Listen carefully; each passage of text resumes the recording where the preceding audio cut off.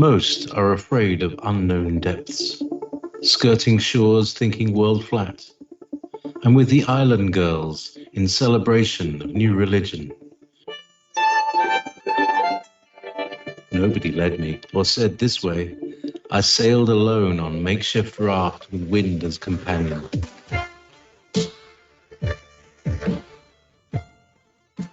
Fate for deliverance, confidence enough to assess new disposition.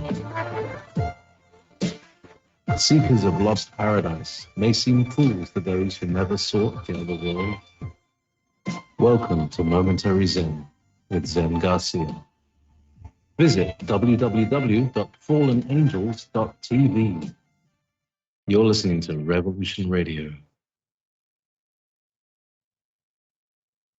Hi, welcome everybody to another Ask Me Anything monthly session with researcher and author Gary Wayne. This is your host, Lisa George. We've received a bunch of questions during the live chat last month that Gary will be answering today.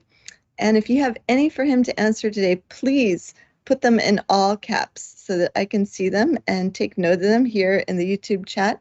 And thank you to our awesome and friendly moderator, Tammy George. You can say hi to her in the YouTube chat for helping us out. And Brother Gary, how are you doing today? If you could give any updates. I noticed your new book is available for pre-order. And if you have anything that you could share about how to get this book and how to contact you, how to reach you. I know I just asked you a whole bunch of questions in a row. So how are you doing? Let's start with that. Doing very well, and so happy to be back to answer questions tonight, both ones that were sent in and left over from last week or last month, and ones that'll come through the chat. And we look forward to doing the best we can to answer those questions. And so the big question I think that you asked there, at least from my perspective, is other than I'm doing well, I'm feeling much better than what I was over the last few months, so that's always good. Is that book two? I do have an update.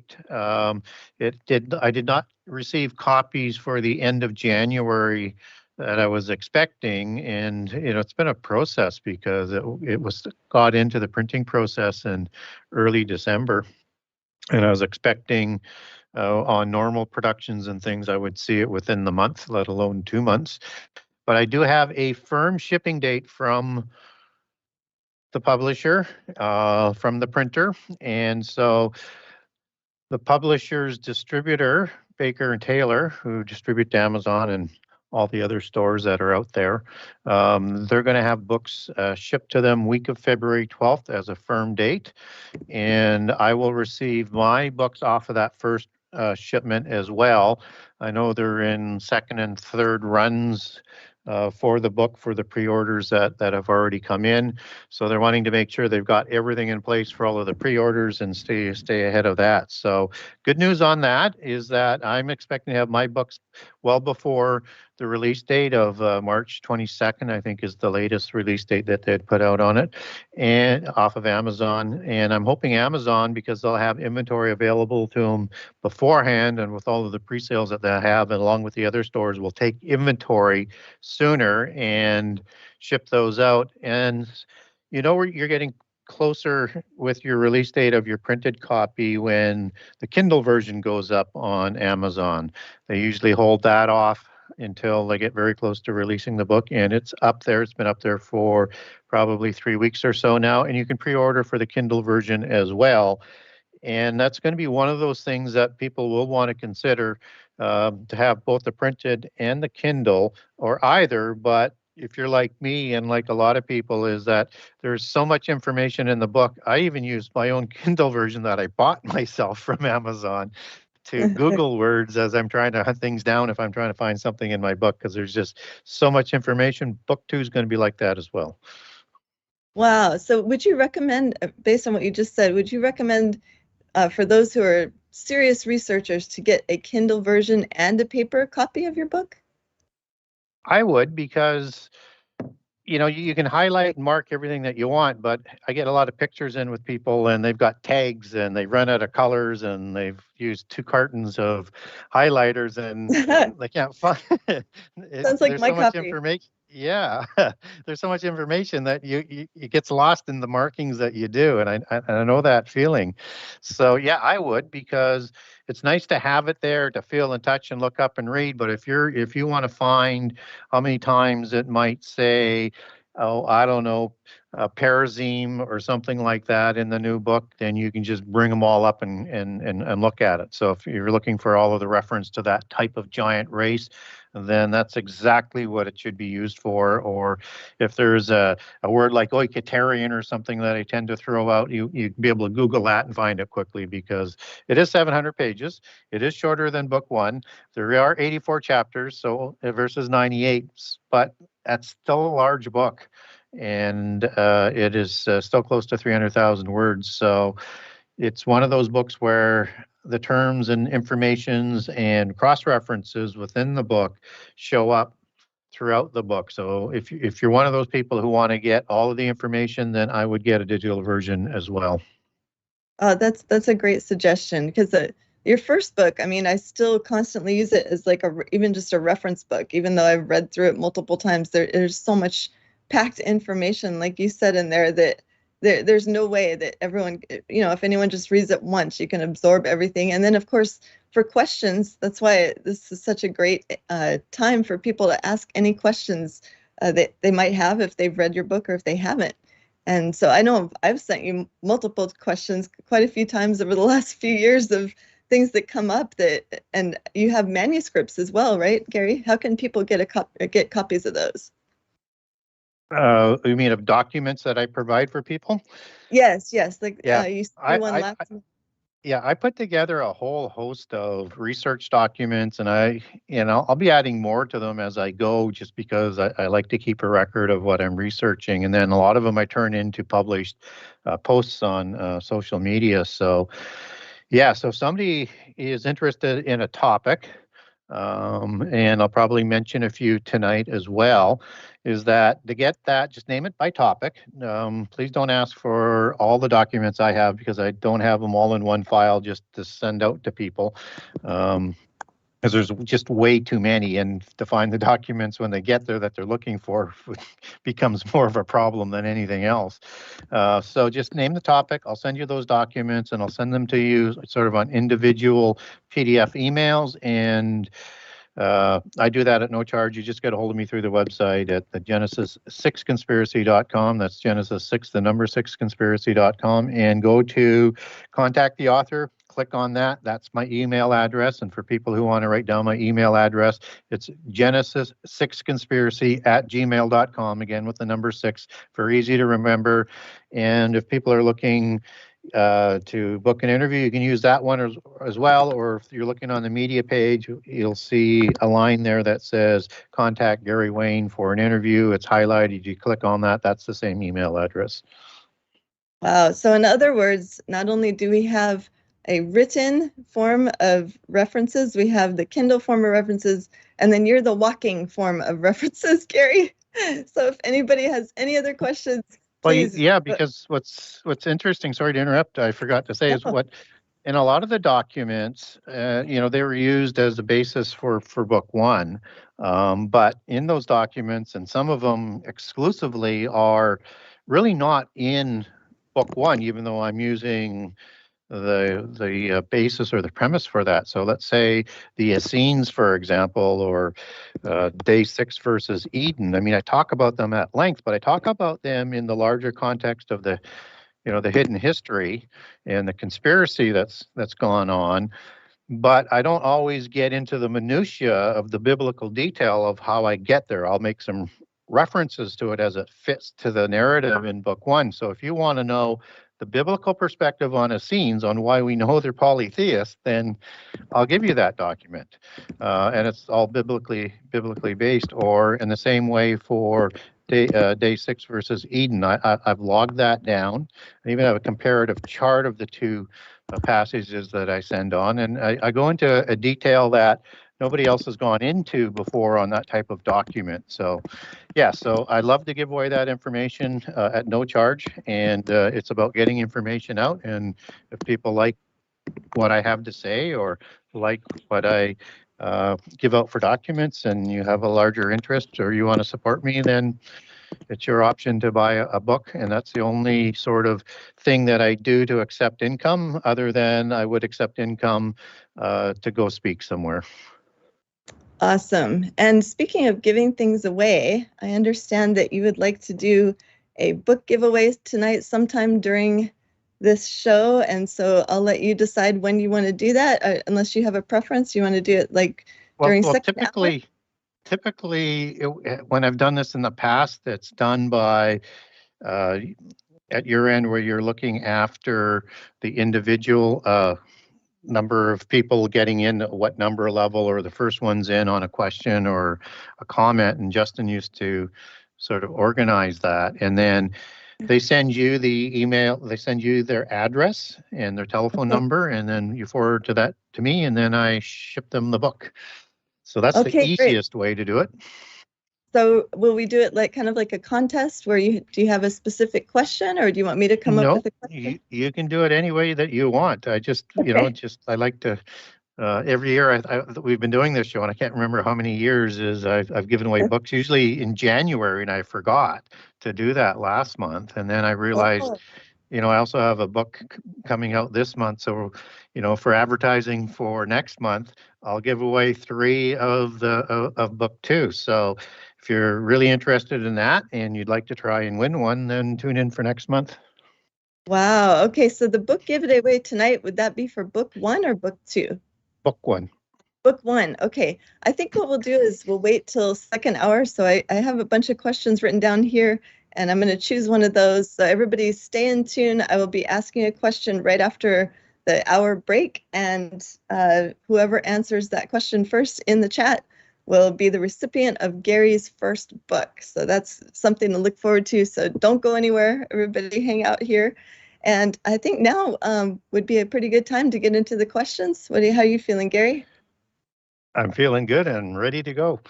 Okay, great. We have several questions from last month that were submitted during the live chat. And so I'm also taking notes of questions that I see in the chat now. I believe the last one that I took down was from Daniel Sullivan. So Daniel, I got your question. I have 4 questions written down from today. So if we can get to those, great. If not, we'll definitely save those for next month. But from last month, R.S. Nickelbine asked this question. Does the blood type O negative have any Nephilim ties?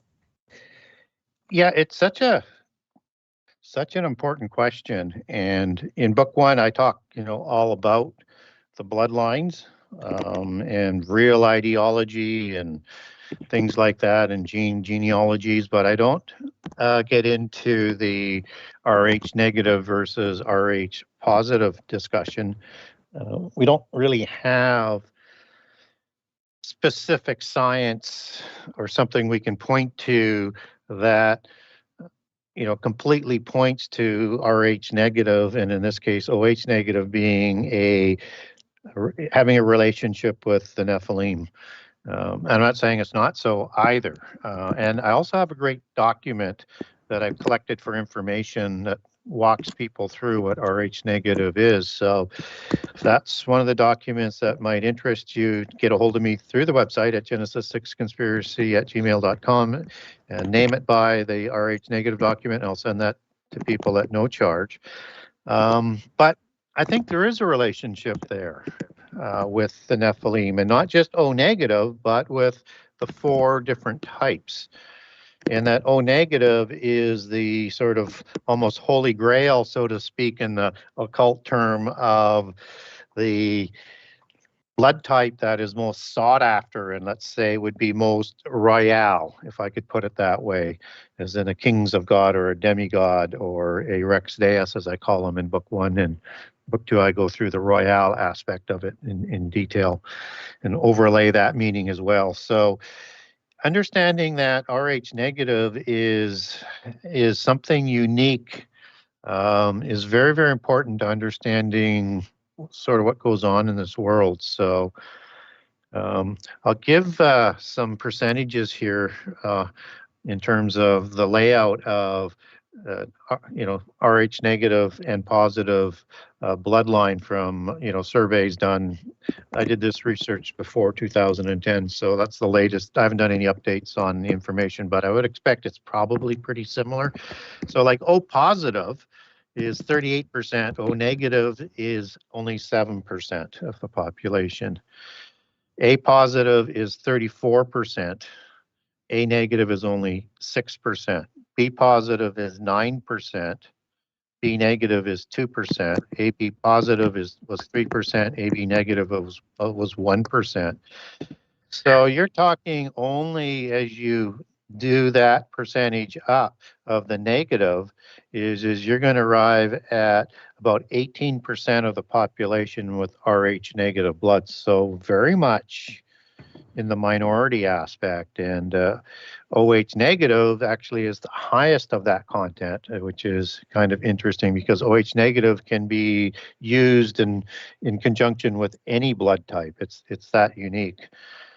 And Rh negative is like 40 to 45% of European population, where so many of the bloodlines of the Middle East of giants that were fleeing the Middle East because of Israel and other situations has that sort of concentration. And, the largest concentration of Rh negative blood is in southwest France and northern Spain. And that's the area that I talk about a lot in book 1. It's kind of the epicenter of conspiracy. And it's also the location where the mysterious Basques were accumulated in. And there's a Basque diaspora that's sort of related to that as well. And they got into a rival of bloodline purity and who's going to be in control of the European bloodlines based on that bloodline purity. Thus, the Basques have a higher bloodline purity level, and they consider themselves in their mythos. I have a document on the Basques as well on this, that they believe they are Homo Atlantis and before the flood. And so after the flood, their survivors populated Egypt, populated Scythia, populated Sumer, and populated into southwest France and northern Spain. And they have concentrations, depending on the survey, as high as 80% in most of their populations. So it runs very, very high within the Basques. And so when we start to understand this, that there's a connection there, and I'll make more connections in a couple of minutes, we need to understand what Rh negative means to sort of understand it, because there's an argument that sounds really good on the superficial level and the specious level as those who don't want to have people identifying where Rh negative comes from because it shows up inexplicably in the sort of genealogical history of humankind, and it's unexplained. And so they will use that as saying, well, if you can't add something that's missing, and they use that as disinformation, and then use their propaganda machines through the media and everywhere, social media, you name it, they've got access control on all of it, and they spread the misinformation to discredit people talking about it. There's a relationship to the alien mythos as that sort of connects in, and one ought to not find that surprising, is you have all of the spurious offspring having a connection to negative blood, including the Greys and other aliens, as their mythos says that they have Rh negative blood. So what the meaning is of Rh negative is missing the D antigen. So if it's in A, it's missing the A antigen, and so on and so forth through all the 4 different types. So it's missing an antigen, and that's why it's called Rh negative, whereas it would have that antigen of A, O, B, and as you would sort of put that together with the Rh positive. So, and it's also interesting, why does a mother with Rh negative baby, reject the blood of somebody with Rh positive? And why is there blood diseases like hemophiliac disease associated with the Royales? and lockjaw of the Habsburgs, and more diseases than that. The reason is why they're not compatible, and they use drugs, in our generation to get over that. It's just because the Rh positive is alien to the Rh negative, or vice versa. And so it's not compatible, but it has been entered in. But again, you go back to that understanding that you can't add something that's missing. And you have to be careful with that. There's a term that they call in the occult, and I have a chapter in book 1 called the gene of Isis. And it's that gene of Isis of the mother god or the fertility goddess, or the gene of a particular god or goddess, or a particular gene of a patriarchal Nephilim or Rephaim that they take their gens from. So in the book I talk about the Elbe gens and the Elven gen. The Elven gens being very much akin to the Elbe gens. The Elbe is the patriarchal bloodline that goes back to a specific Nephilim and a celestial mafia godfather, as I like to call them, the original fallen angels, or the Nephilim.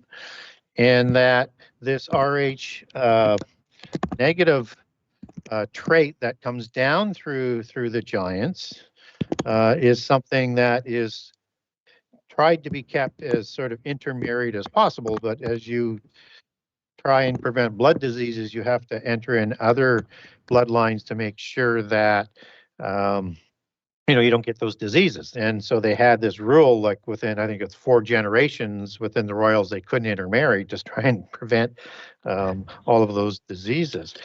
So the Elbe, as you understand that in Latin, as it goes back to Elbe gens, is Elbe as in pale white. Hoary, as in whoring. It is, and there's all words associated with that as you take that back to take it back in its etymology. And gens goes back to the Latin word for a specific patriarch. And gens is part of the word genealogy, as in the genealogies that they keep in the royals back into prehistory and back to these specific Nephilim and specific celestial mafia godfathers. And in polytheism, there's godmothers as well, because some of the goddesses, whether it's like Nin in Sumeria or some goddesses in the Greek mythology, they also created giants as well with human males. So you also might have heard of the black nobility. They have the Julia gens, the black nobility of the junior, or I'd say junior, from the greater overall black nobility, which is the same as Rex Deus, but this junior organization is part of the larger, and that's the Italian bloodline that goes back through Augustus and Caesar, back to the senator families, back to Romulus and Remus, and back to the gods in Greek that created Romulus and Remus. And that's the Julia gens that they call it. So they have these gens, and it's the gene that creates the blood type, not vice versa, that it's the bloodline that's passed down. It's the gene. So once you start digging into that sort of information, then you start to understand a bunch of things, how it skips generations and stuff like that. And even bloodlines of pseudo blue bloods like the American presidents, which are trying to intermarry through the next generations to get a higher level of blood purity, they have a heavy mix of negative blood. So, you have Eisenhower that was O negative. You have Kennedy that was AB negative. Some say O positive, but AB negative seems to be most of what he was attributed to having. Nixon was O negative. Carter was A negative. Clinton was O negative. Bush was A negative. Obama was AB negative. I haven't updated with what Trump was. The only one in my list of the recent ones was Reagan, who wasn't negative. He was actually O positive.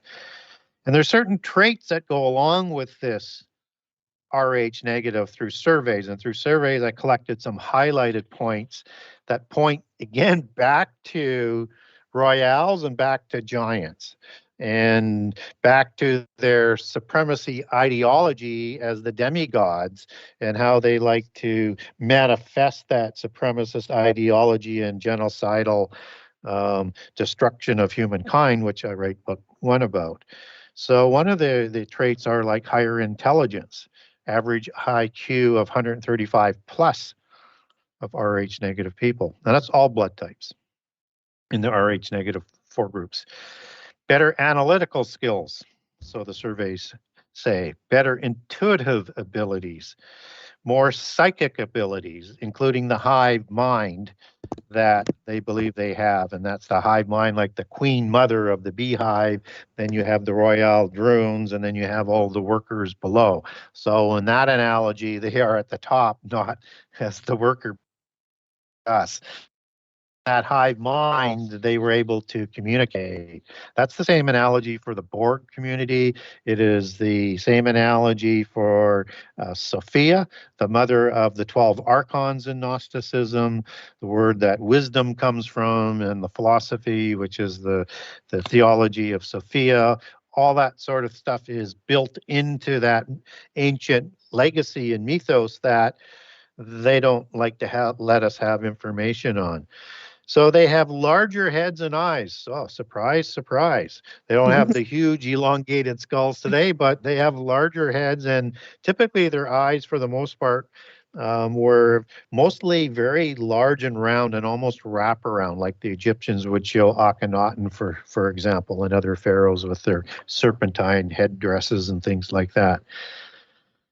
And their eyes would actually glow back then too, so they were frightful to look at. That they tend to have a lower body temperature, which may sort of go back to what the original looks that they would have inherited from, whether it's a serpentine seraphim watcher or a cherubim, for example, and lower blood pressure as well. Again, that sort of goes with that lower temperature, almost reptilian-like. Just me making an editorial comment there. Higher percentages of blonde and red hair. Higher percentages of blue and green or hazel eyes. Better vision and improved senses. Increased sensitivity to light, like vampires, Dracula, the dragon coming from Draconta in Greek for a watcher angel. They're subject to more alien abductions and unexplained phenomena. And they believe they cannot be cloned, which is very odd why they would even be asked that question or how they were asked that question, but they believe they could not be cloned. So those are some of the sort of traits that they have. And so when we look at this Rh negative thing, is we need to sort of be aware that this has a world implication. If those traits are, true based on the science and the surveys that I collected the information from, then there's a supremacist ideology manifested or felt by a lot of people. Whether or not they fully implement them as, across the board, the royals do, because they are populating the top half of the feudal system, the 4-class system, with humans. They want to leave left to a small entrepreneurial class, whereas they're going to handle the oligarchical and, as we understand it today, the corporate class. And that you can be a tailor or a baker or something minor that is required, high labor work, and or you're going to be part of the slave and labor class. So it has had a mark on our history that's important to understand. And a lot of people say, well, I think Rh negative is the bloodline of Jesus. And, that makes, a lot of sense, because if he was made flesh, then would he not have a heavenly sort of blood type?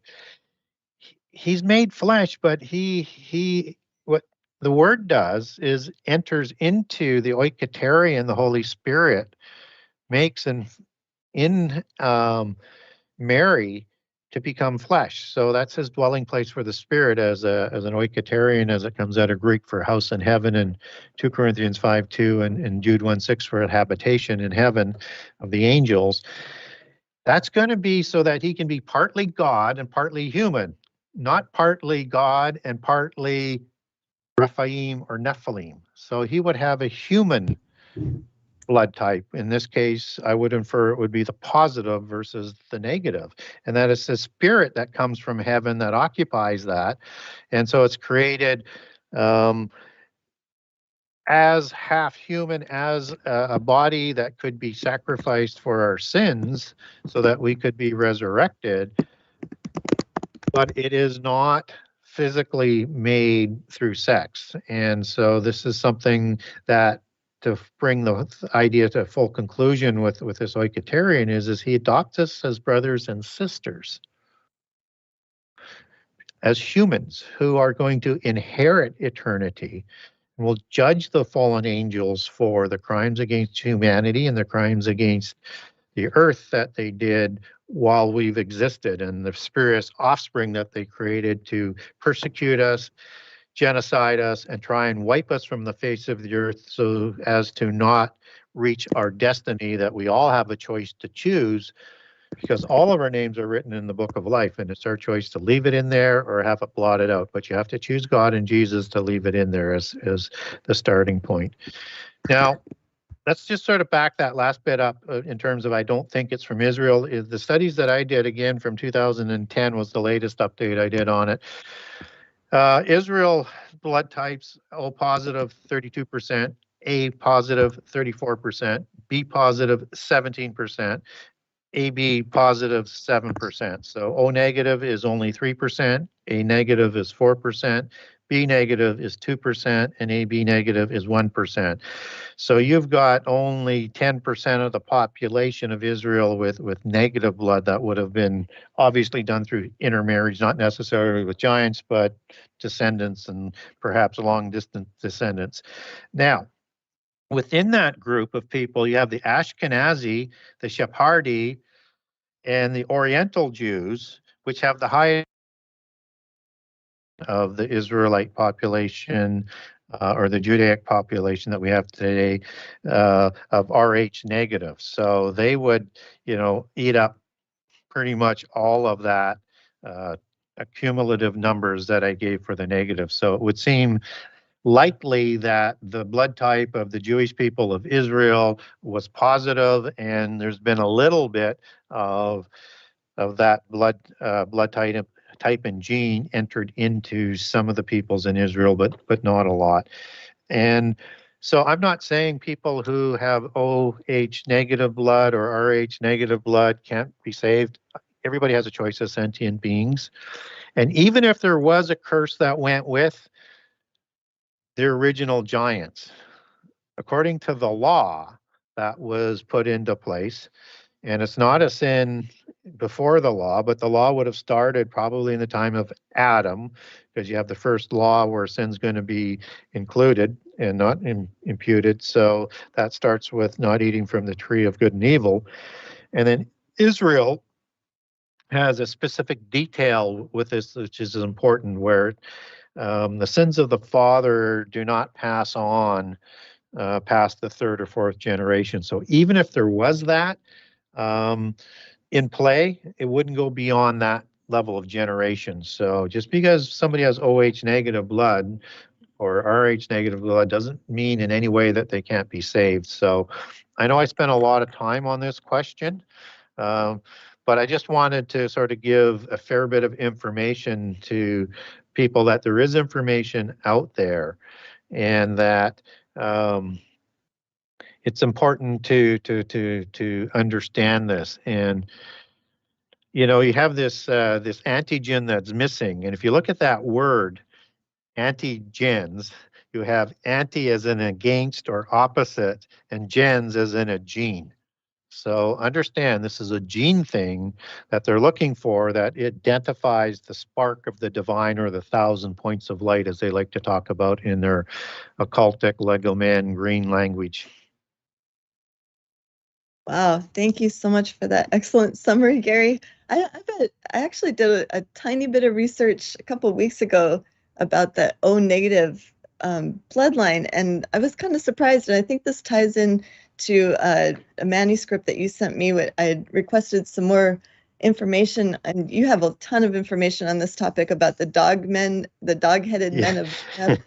Yeah. And I notice O negative people who have that particular blood can freely give blood to dogs and vice versa.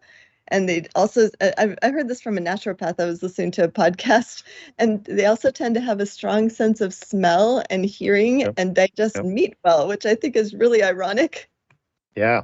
It just goes with that outside part of the genes that have stayed with them. So there's a lot to it once you get below the surface, but they don't like us looking too deep.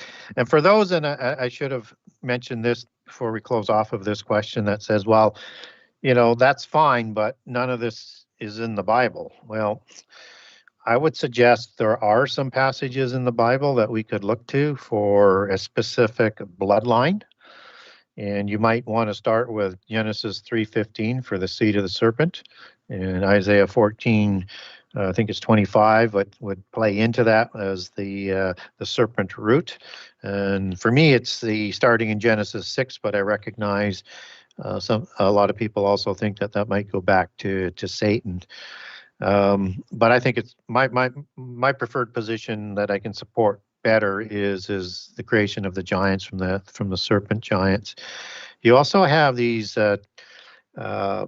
people that are talked about in Psalms 21:8, and it goes 21:8 through about 21:11, and it's talking about a specific people in the time of the end time, and we know it's the time of the end time because it's in the time of God's anger, and he'll swallow them up in his wrath with fire. So we know this is an end time prophecy coming out of the Psalms. And in verse 10, 21:10, it says, their fruit shalt thou destroy from the earth, and their seed from among the children of men.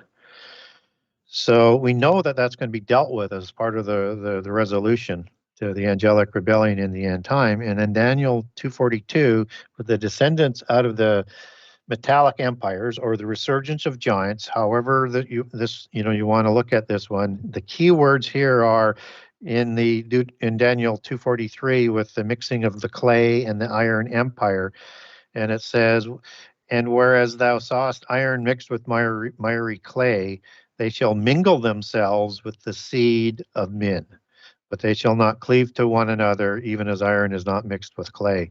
Even though when you take that back to Hebrew, you might look at that as being possible possession. It might be physical and possession, but that word seed of men is suggesting physical, and they're going to mingle themselves with the seed of men. And this is the line of the terrible ones that are talked about in Ezekiel 32. If people want to look up that one, I won't spend a lot of time on it. It's an interesting passage about the terrible ones still alive, like Pharaoh, who's being talked to by the terrible ones in the pit prison, and in the sides of those pit prison are the Retim, the terrible ones, which were slain for doing and for terrible things they did on the earth. After they were slain, they were sent to the pit prison. They're also talking to the mighty, which is the fallen angels in that pit prison. So it's these terrible ones, as you roll that forward to Isaiah 25, which is called the branch of the terrible ones that shall be brought low at the site of a mountain in the end times, as you read Isaiah 25. So there's other passages as well, but those ones are kind of the most clear. There's a bloodline there that we need to be aware of. Oh, definitely, for sure. I also think it's ironic that, the name for dogs is canine, and to kind of do that word play with the name Cain is very interesting as well, right? And Caleb. And Kayla, oh yes, yes, you cover that very well in your book, Gary. Yeah. I was so blown away by that connection. So yeah, thank you. And they were mercenaries, just as dog warriors were mercenaries. And just on that topic, Nebaz is mentioned in the Bible, Nibaz, and that's the barking god. So that would be sort of a similar to Anubis, who created offspring and so many dog Nephilim that they created a city of them, and they called it Sinoopolis, which comes from the Greek Sinopheles or Cynocephalus for dog demigods, and Opolis, which is city in Greek. So it means dog city that he created for them. Wow. And also in the chat, someone mentioned Saint Christopher, the dog-headed saint. You've seen that one before, right? Yeah, he's in the Roman Church. He's depicted as a human face, but in Greek Orthodox, they still, and the Roman Church did at one time depict, but the Greek still depicts him as a dog face, and he was a mercenary converted to Christianity over in North Africa, where there was a heavy concentration of these dog warriors. Wow. Wow. They always have some mind-blowing information, Gary. I'm over here taking notes. Okay, should we move on to the next question? Yes, we should. Okay. So Dan is asking, where are most of the Israelites located today? And I think that he means like Hebrews is not Israelis, because we know that's what they call themselves who live in Israel, but I think that it's a reference to the lost tribes. Yeah, that's how I would understand the question too. So hopefully I answer it properly. So there's a southern kingdom and there's a northern kingdom, the fig tree being prophetic allegory for the southern kingdom. And that's what I like to refer to as visible Judah today. And they're back in the land of Israel. But that's just the southern kingdom, and the northern tribes. They're referred to as the vine, and you see many vine references, whether it's through Israel or through Ephraim and Manasseh. It's Joseph. It's part of the whole understanding and prophetic allegory.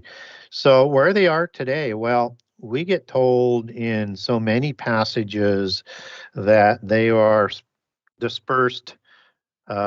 First prophetically with the prophecies, and then in later prophecies and the reality of it as 721 comes and goes as an approximation for the diaspora of Israel that's taken in by the Assyrians and then lost into history, and not until the end time will they be returned. So they have been sent to, in some of the phrases, the four corners of the earth.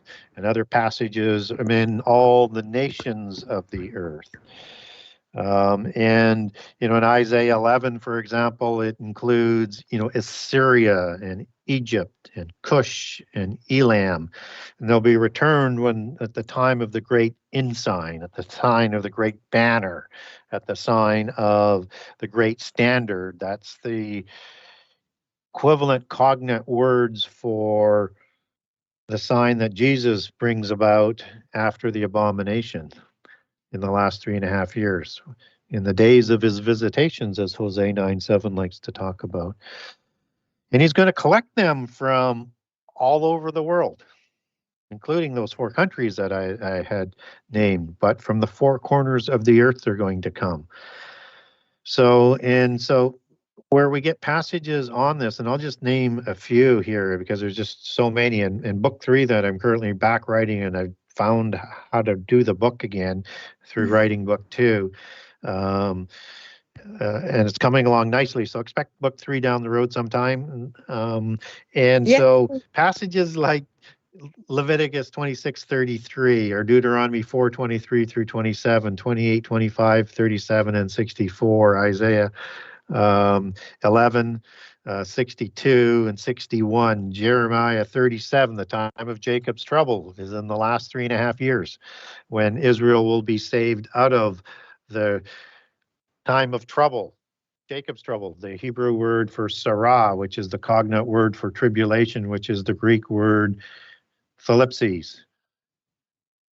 It's in the last 3.5 years when they're going to be gathered from all over the world, where the breaker will break them out in the year of the Lord's favor and take them, both visible Israel or Judah around the world and the lost tribes from all the countries in the world, and will lead them back through the overflowing rivers of Revelation 12 that Satan will spit out to annul the covenant that was made in Daniel 9:27, to annul the covenant of death, as in Isaiah 28 and 27, where it talks about this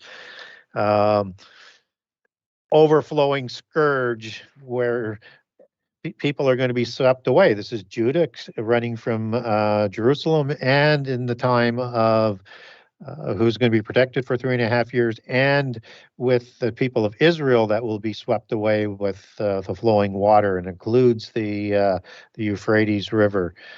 And you also get a passage in Isaiah 18:2 that it's a destroying storm, this mighty water that overflows. And then you also get that in Isaiah 43:1-7. It's talking about second Exodus, where they're going to pass through the waters that will overflow them, and even fire will not burn them. That's the protection they're going to be offered, and it's going to be greater than the first Exodus. And this is the lost tribes that will be coming from all over the world. Now, it gets rather obscure to figure out where all of these Israelite people are. There are migration patterns that there's been some good research done on that. But when you get into the prophecies for these end time prophecies, and we do get some of them, like in Genesis 48 and 49 and Deuteronomy 33 for the tribes that would also include Ephraim and Manasseh. After you get by Manasseh, Ephraim, and perhaps Dan, it becomes very, very murky. But what we do know is that there is those three that we could probably look more to identify with, and I won't spend all night on this because it's a large topic, but I think Ephraim and Manasseh, my speculation would be, based on the prophecies, would be England with their commonwealth, and then Manasseh, who will be greater than Ephraim, and no, I'm sorry. It's the other way around. Ephraim will be greater than Manasseh, but Manasseh will come after and also be great, and they will gore all of the nations of the earth.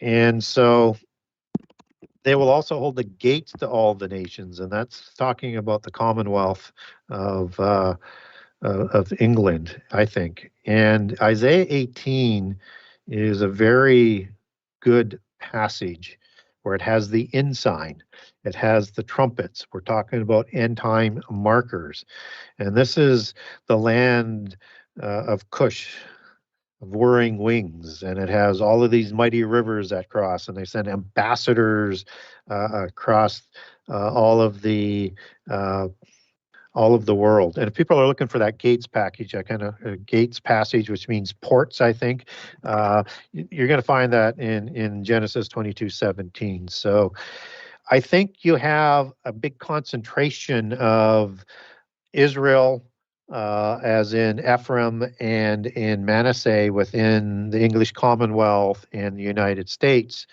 And these are nations that are looked upon as being beyond the rivers of Cush.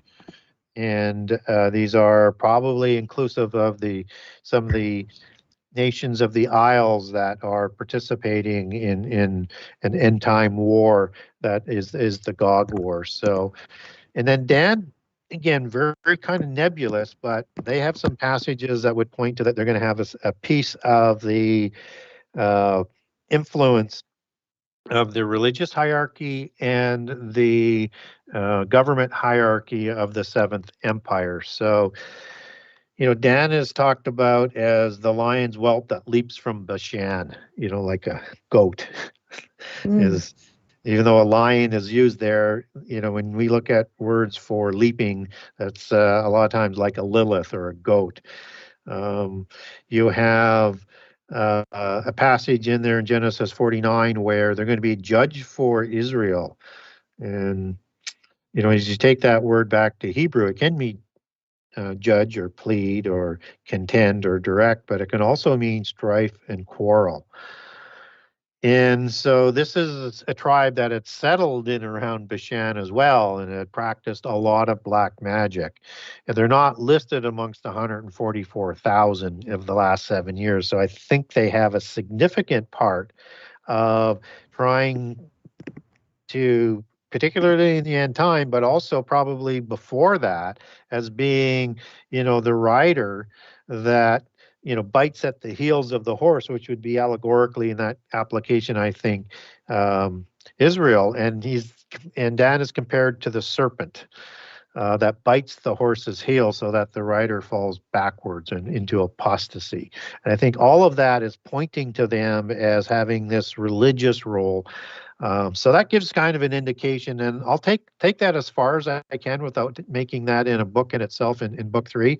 I just wanted to sort of have context because, again, until they awaken and until they're called by name by God, we won't know exactly who they are and where they are. But what we can take from the passages for the end time prophecies that were locked into the original covenant that will be remembered, and Israel will be reconciled.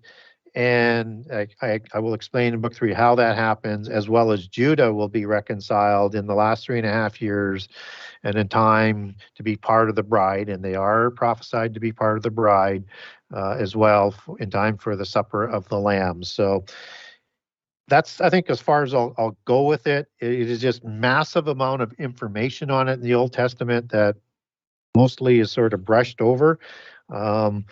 But understand they will awaken and they will come from all ends of the world. But I think there will be heavily populated pockets due to what they call migration patterns over time, where people tend to somehow, some way regather and populate in larger numbers in small pockets. Wow, thank you, Gary. You just blew my mind with that lion's whelp from Bashan as being like a goat and a reference to the tribe of Dan. I mean, to me, the tribes are all very interesting, but the tribe of Dan or Dan just seems like one that we need to be focusing on just because of their being eliminated from the 144,000, right? And then also the serpent symbology there too. It's very interesting.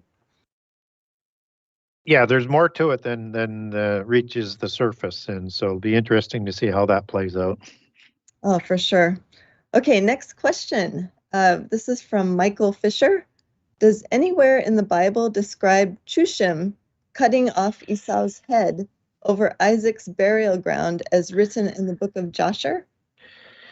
Yeah, no, we don't really have a passage that talks about Esau's death. So there is some information that's out there that kind of blends the story. It's not in the Bible, but what we do know is where we would pronounce that as, Chushim or Kushim, it would be probably pronounced as Hushim. And Hushim is the daughter of, guess who? Dan, or the son of Dan, I'm sorry, and it was recorded in Genesis 46:53 as Hushim. And so in the Targum, and I think it's in the Yonatan, it records Esau. I think that's around chapter 50. Esau's head is lying in the bosom of Isaac, as they describe it, and that's in the cave of Makkedah in Hebron. That was where Isaac was buried, and we do get that location also in the Bible. So there's a bit of connections of some of the outside biblical to what's in the Bible, and that's also in the book of Genesis as well, I think 35:29. And so in the book of Jubilees, and I'm going to get back to Yasher here, in the book of Jubilees, there's an account where Jacob kills Esau, and that's in chapter 38 in the book of Jubilees. But Yasher is a little bit different, and I'm not a real fan of Yasher, and I'm also very careful with Jubilees. But Yasher, doesn't have some of the lines in there that it should have that would be referenced within the Bible when it refers to Yasher. So there's a lot of corruptions in there. There's a lot of Jewish mysticism in there. So we want to be careful with Yasher. But this is where it's talking about Hushim, who is going to attack Esau in a battle towards after Isaac has died. In all of the accounts, there's a battle. And in the Jubilees account, it's Jacob that kills Esau. But in the book of Yasher, it is Hushim who cuts off the head of Esau. And Jacob in Jubilees just says kills, doesn't say anything about taking the head. So as we look at what is being talked about in the book of Hushim, we need to understand that we don't have an account of Esau's death. So we can't we can speculate, but we can't officially take how he died or who killed him or whether his head was taken biblically. And I'm not saying it didn't happen. And there would be good reasons, because if you look beyond the last account of Esau, it's in Genesis 36 with the Horim dukes of Seir. And Edom is associated with color and size and everything and actions as a Nephilim, so they may have wanted to have taken his head to make sure he stayed dead. All right, let's take a break. Let's hear it.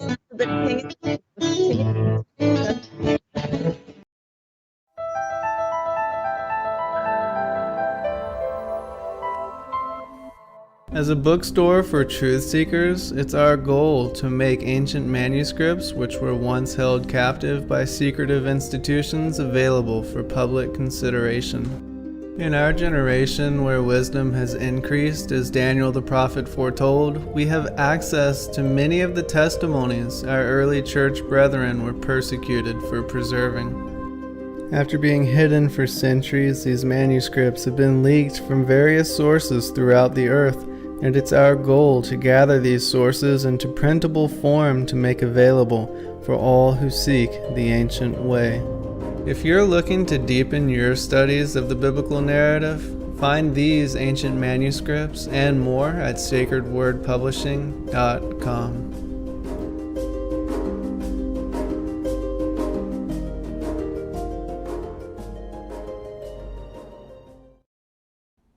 Your partnership with Sacred Word Publishing goes further than the publishing of ancient manuscripts and weekly video content. You also make a huge impact across the earth in orphanages in Myanmar, India, Uganda, and Kenya. Your support is crucial for the development of the ecclesia of real truth seekers. We thank you for joining us in hosting Secrets Revealed, Momentary Zen, the Digital Readers Club, Ask Me Anything series, and other shows that have helped lead so many to the truth of salvation. To become even more involved, please visit patreon.com/sacredwordpublishing, where you can partake in exclusive, interactive, patron-only content and help us continue shining the light of love in this darkened world.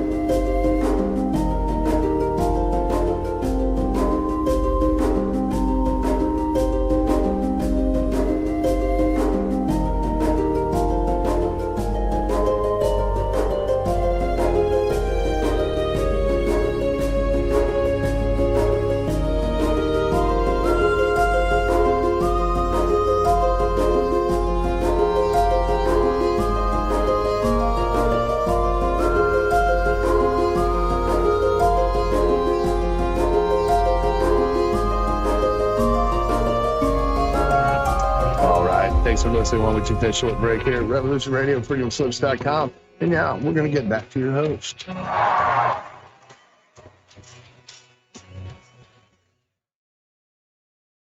Hey, shalom, everyone. We are back here with Brother Gary Wayne with his Ask Me Anything. And during first hour, Brother Gary reminded me that we are going to be doing a book giveaway. So I have a question. I'd like everyone to get ready.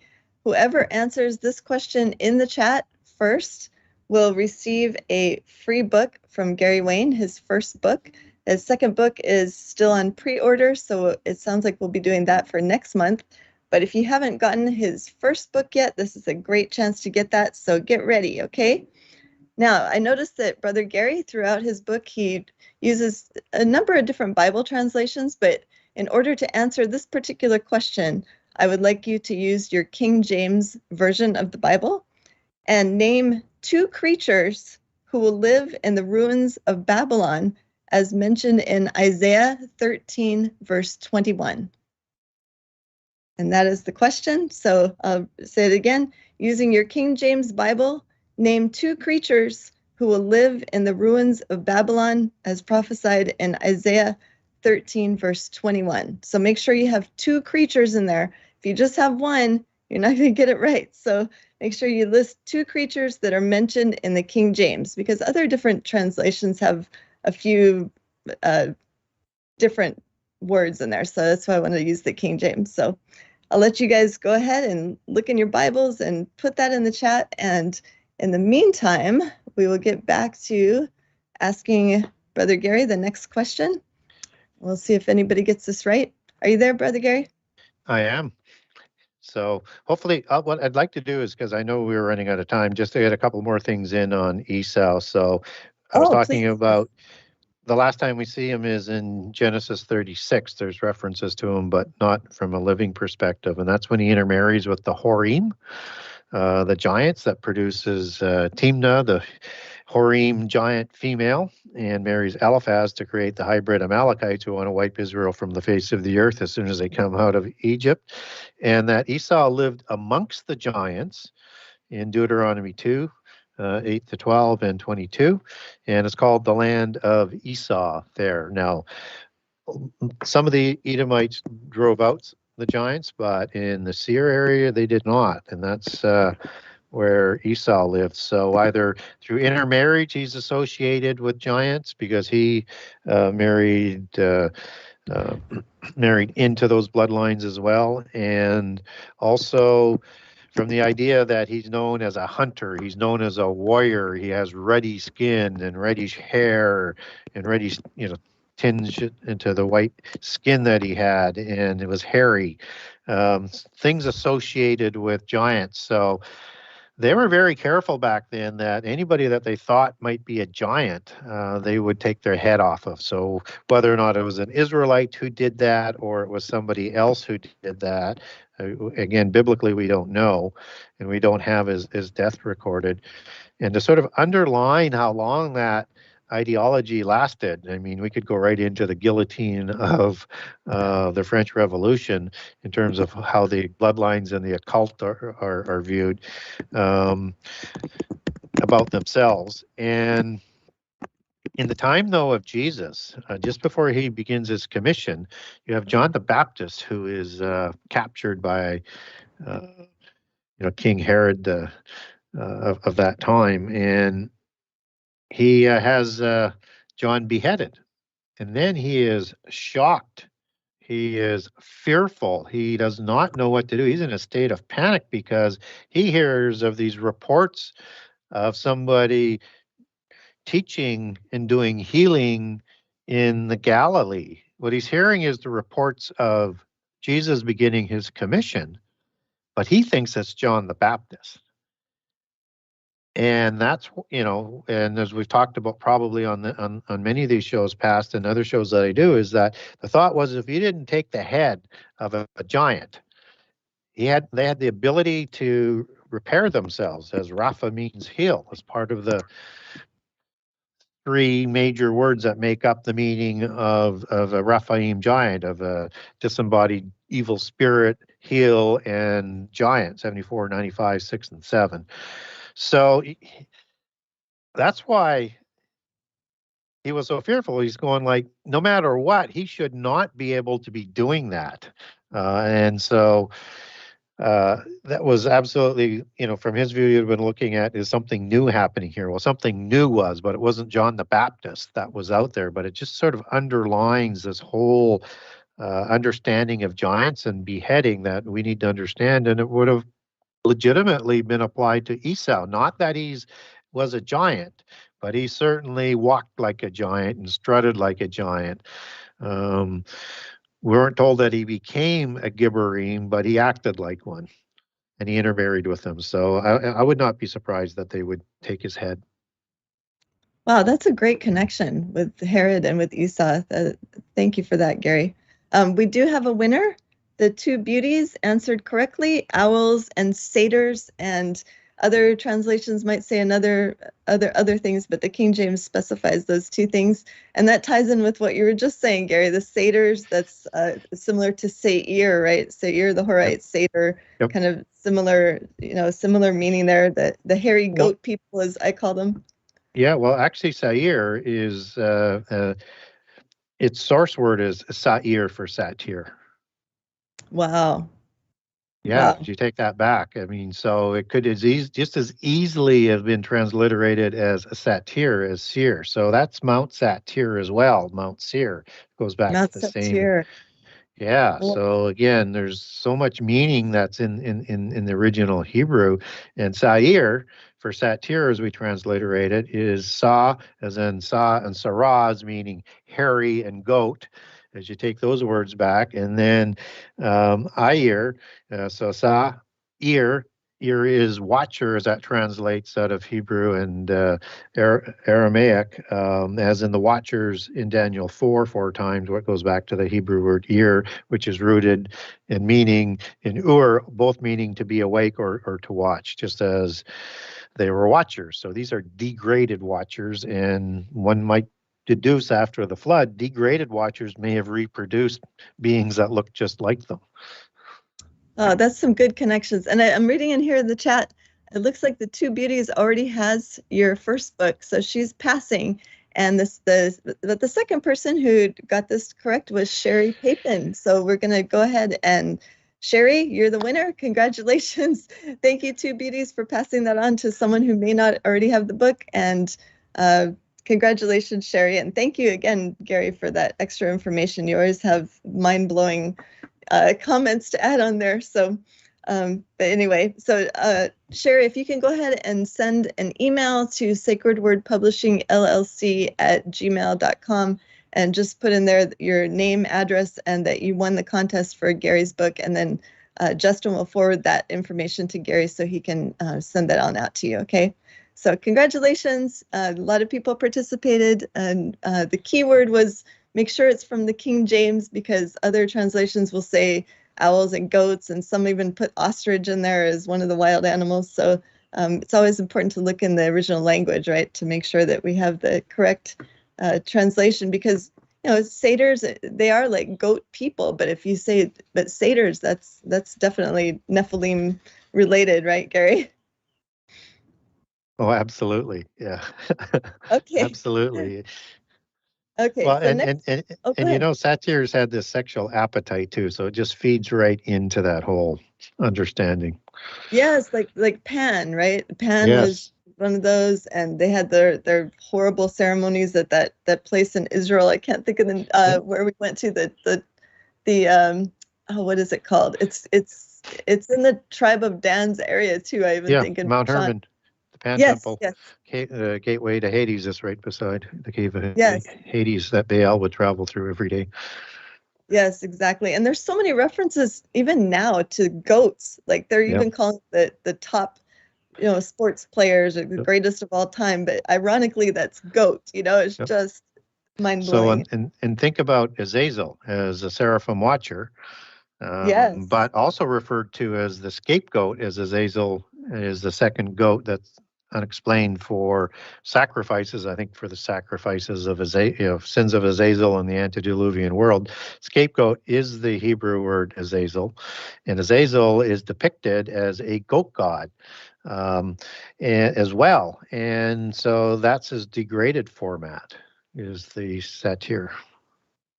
Very interesting. Oh my goodness, it looks like Sherry, she already has your book as well. So she is passing it on to the next person. That would be Dayton Rogers. Dayton, if you would like to win Gary's book, please put in chat. You were the third person to get it correct here in the chat, and we would love to send you Gary's first book. So if you could please send an email to Sacred Word Publishing LLC at gmail.com and just put in there you won Gary's book, and that you can and put your address so that we know who to send it to. That would be awesome. It looks like a lot of people who are listening, Gary, they've already read your first book. They know your material. It's an amazing crowd here today. Yeah.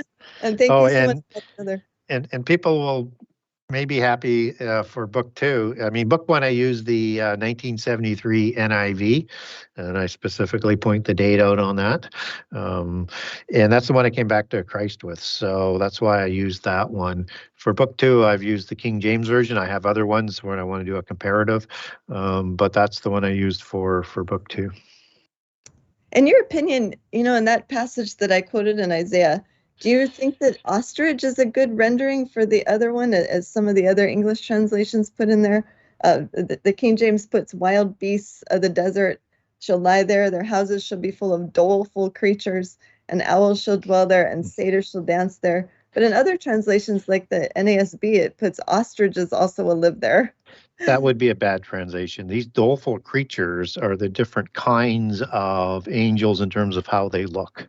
And there's multiple different looks. So, if we look at seraphim as having serpent face, and if you look at cherubim as having 4 different faces of animals, and other angels that we don't necessarily get descriptions of in terms of their look, they could have animal looks as well, just as you have Anubis, which is a jackal god, right? So, wow. Yeah, so when they're talking about those beasts, and those are, I think it was just decided not to list out all the different kinds of looks that those angels would have possessed. And then we look in different pantheons around the world, there's lots of creatures that aren't in the standard sort of version coming from cherubim or seraphim. So you have like monkey gods and bear gods, and all. There's just this whole list. So speculation says some of those other angels, other than the messenger angels and the archangels, who seem to have a face of a human, they very likely, whether it's Dunamis or Icarus or Excusia or the other names for some of these gods, by the way, I cover all of them in book 2, they may have had a face that wasn't a human. Wow, it's amazing. It should be kind of irrelevant, just because we see the different faces of the different creatures on the holy angels as well, and the cherubim, the seraphim. I mean, and so it seems like the fallen angels would love to copy that, right, and make their own little creations, and well, I don't know if you could call it creations, but their own little DNA combinations to try to mimic, like they always do, everything from the Most High. Yeah, well, if you think about the lion men of Moab, and you have a lion face on a cherubim, and they're likely to take one face when they take a physical form. Starts to make some sense. So you also have a bird face, or a raven, or a eagle, or a vulture, and the Bible refers in the King James Version some vultures and or eagles as angel-like creatures, and the Anunnaki have those type of faces, and we have birds, the Balba and Camazots in North and Central and South America. Coming from the Popol Vuh, and then you also have the Tengu, which were bird warriors and Nephilim in China, Southeast Asia, and Japan. Wow, there's just too many examples worldwide to deny that creatures like this actually exist, Just too much in artwork and in the writings, everything. It's amazing. So should we move on to the next question? Yep. It looks like this is from Michael Fisher as well. Is God still creating angels, and can some still fall until the time at the end of the world? It's possible. I mean, God can do anything that he wants. But you would think that if we're, as I would assert, as Adamites, the resolution to the angelic rebellion, that it wouldn't make a lot of sense to be creating more angels. We know in Daniel 8 and in Revelation, it talks about 10,000 times 10,000 loyal angels around the throne. That's 100 million. And it's a big number. So you can calculate a third that may have fully rebelled by Revelation 12, or all rebelled throughout, or as we went through. You could calculate a third of that as either 33 million or 50 million, depending on which way you want to do the math on that. And that's a lot of angels. So they're created immortal. It doesn't make sense to create more. One would presume they're part of the sentient beings listed in the book of life, created from before creation. And so they too have the ability to keep their names in the book of life or have it blotted out. And just as the Adamites, as the resolution to the rebellion, we all have that destiny to choose as well. So I think probably not. I think we get a little bit of scripture that might lean towards they were all created at one time, and before creation is how I would look at that. So when I look at angels, and where I get there is Psalms 104. Where God makes the angel, and that's the Hebrew word Esau, fashioned, appointed, produced, made, bestow, appoint. And that happens before he creates the foundations of the earth. And interestingly, later in Psalms 104, and this is a reaccounting of Genesis 1, not necessarily in exact chronological order, but giving details of it. And another one that you might overlay onto Genesis 1 is 104:30, where it has, when God sends his spirit, the earth is renewed, which is really interesting if you're looking at the other possible translation and what I call the renewal of the earth, or the gap theory between Genesis 1:1 and 2, that days 1 through 6 is a renewal of the earth, and that the heaven referred to in Exodus 20:18 is the firmament, which is described as heaven in Genesis 1, versus heaven having three meanings of where God lives outside the firmament, which is the rest of the universe, and inside the firmament. And then Job 38, 4 through 7, it talks about angels again at the time of creation, where the foundations were created and the sons of God and the morning stars both sang and shouted for joy. And this is before, the creating of the earth above the foundations. So I think we get an understanding here that they're created somewhere between Genesis 1:1 and 2, and we don't know how far back that is. If you understand that the word was, as is used in the KJV and other translations for the most part, is the Hebrew word haya, and could be translated as became void and formless, which are words that denote some sort of destruction and ruin, and something that God may not have created in vain, which is tuhu again, which is that destruction and ruin, or became, because he creates everything to live in. And other passages throughout the Bible you can take to support that translation. So I think that's where they would have been created, is certainly before day one. And right from the beginning of creation, after the original creation of the heavens of the earth. And we don't know, again, if there is a gap, how long that gap was. But so I think that's where they're created. I think they all had a chance to rebel. They've had chances to rebel throughout the history. We don't get any passages that said they continued to rebel. I don't rule it out. I just can't, give biblical support for that.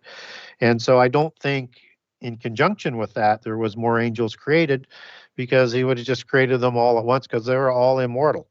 They just had a choice to remain immortal or not. And so that's kind of how I look at it. But I certainly think it's a very good question. And I can't give that definitive answer because we don't get that there's only one creation of the angels.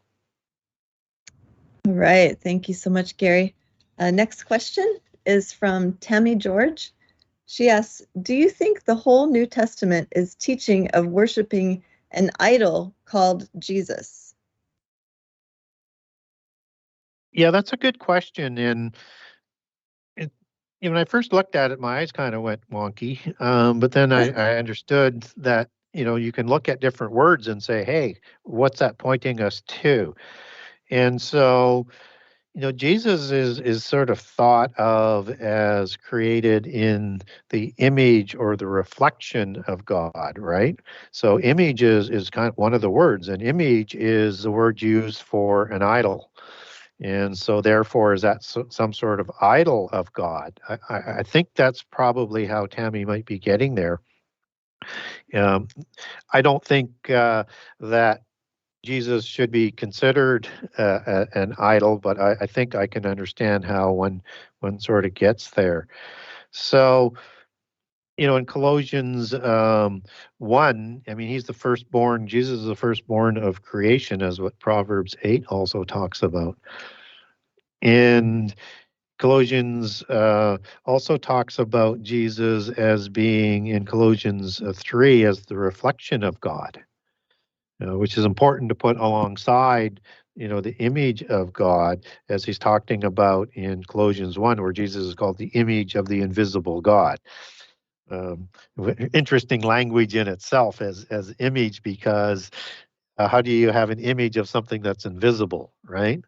So that's one of the clues that you wouldn't want to take that to an idol. And so image there is Greek icon, 1504, and it means in the likeness or resemblance of, or the representation of, or as in the image or the reflection of, as what he's talked about. So John's 12:45 says, when you see Jesus, you see God. Complete reflection and perfection of God, in the image of God, and of the one who sent Jesus. And in John 14, 7-9, the passage talks about seeing Jesus is seeing God. So again, supporting that whole understanding of Jesus is an image of God or a reflection of God being with us. And so he is the logos of the theos, the word of God. And something very, very important in the language. And in John chapter 1, only Jesus has seen the God. Only Jesus has seen God. And he's the one who came from God and returned to God. And he is God. So he is an extension of God as the Word. So when God speaks, as in Genesis 1, where it says Amar, that's where we know the Word is, because he's the one who created all things, as John 1 and Colossians 1 said. So when the Elohim as a group, or in the superlative sense, if you want it as a superlative singular for El Elyon, when God speaks, that's the word acting, that's the extension, that's the branch of God. So he's not an idol, he's part of God, he's an extension of God made flesh as the branch. And he is the one who is, I think, talked about as the cognate of the logos of theos, as the word of God, the Jehovah of the Elohim that's introduced to us in Genesis 2 as being singular.